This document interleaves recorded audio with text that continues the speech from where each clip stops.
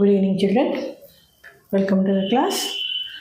So, in the previous class, we have studied about central nervous system, the structure and functions of brain, and in the same way, the structure and functions of spinal cord. And now we shall see peripheral nervous system and autonomous nervous system and importance of brain. So, first thing, peripheral nervous system comprises of cranial nerves and spinal nerves. So 12 pairs of cranial nerves and 31 pairs of spinal nerves.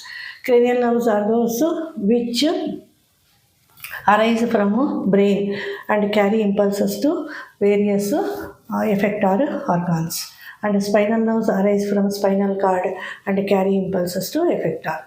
But all the spinal nerves are mixed nerves. They contain both the sensory nerve fiber and also motor nerve fiber. And total pairs of peripheral nerves are 43. 43 pairs of peripheral nerves are present. And they carry impulses from brain to effector organ, spinal cord to effector organ. The same. And autonomous nervous system. Autonomous nervous system contains a sympathetic nervous system and a parasympathetic nervous system. So they act in such a way depending upon the situation, almost in opposite ways. That means when a person is in sun, what happens? There is more light is present, and so the pupil will contract, and that is under the control of parasympathetic nervous system. When a person enters into a room where there is less light, in such conditions the pupil will dilate. Okay, pupil will dilate. And in the same way, during inspiration, bronchi are relaxed. It is under the control of sympathetic nervous system. And during expiration, bronchi will constrict. It is under the control of parasympathetic nervous system. In the same way, during emotional conditions, certain conditions, the blood pressure increases. It is under the control of sympathetic nervous system.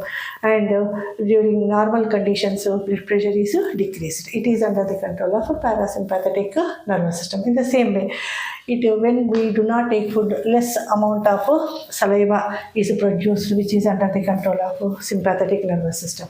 When we eat food, so parasympathetic nervous system stimulates the production of saliva.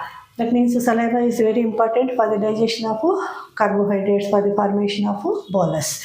And so during exercises, physical activities, the heartbeat increases, accelerates. It is responsible for sympathetic nervous system, and parasympathetic nervous system reduces the rate of heartbeat. That means depending upon the situation, sympathetic nervous system and parasympathetic nervous system act in such a way to face that particular situation. That is the importance of parasympathetic nervous system and sympathetic nervous system. Okay, so this is about the important parts. And now let us have a quick look at the structure and complexity of human brain. So human brain contains almost 10 billion neurons and 10 to 15 times more number of glial cells. I have already told you, glial cells are the supportive cells which supply nutrients to neurons and see that the neurons function properly. And cerebral cortex, which occupies the largest part in the brain, it contains 2.6 billion neurons. And if you see the weight of the brain, it is 2% of the total weight of the body. That means when a person he weighs about 50 kgs, the weight of the brain will be 1 kg. And so how brain gets its energy? Means by oxidation of glucose, brain gets its energy. And brain is such a evolved organ in the human body that whereas other animals, they can express their emotions only to certain extent by producing certain sounds, but man can express his emotions very clearly. And also his brain has aesthetic sense, and he is able to face a problem and analyze the problem, and he is able to find a solution for the problem.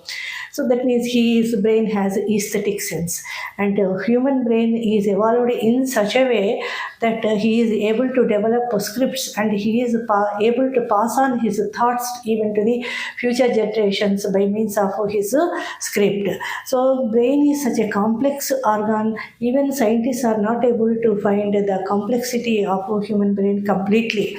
That means the scientists do not know how dreams occur. So that means it's a great problem. That is very great problem to solve it. So in such a way, human brain is very complicated. So with his brain, man can create a world and destroy the world. That is the greatness of a human brain. So these are all the important aspects of a nervous system. Hope you have understood. And if you have any doubts or clarifications, please let me know. Okay. Thank you.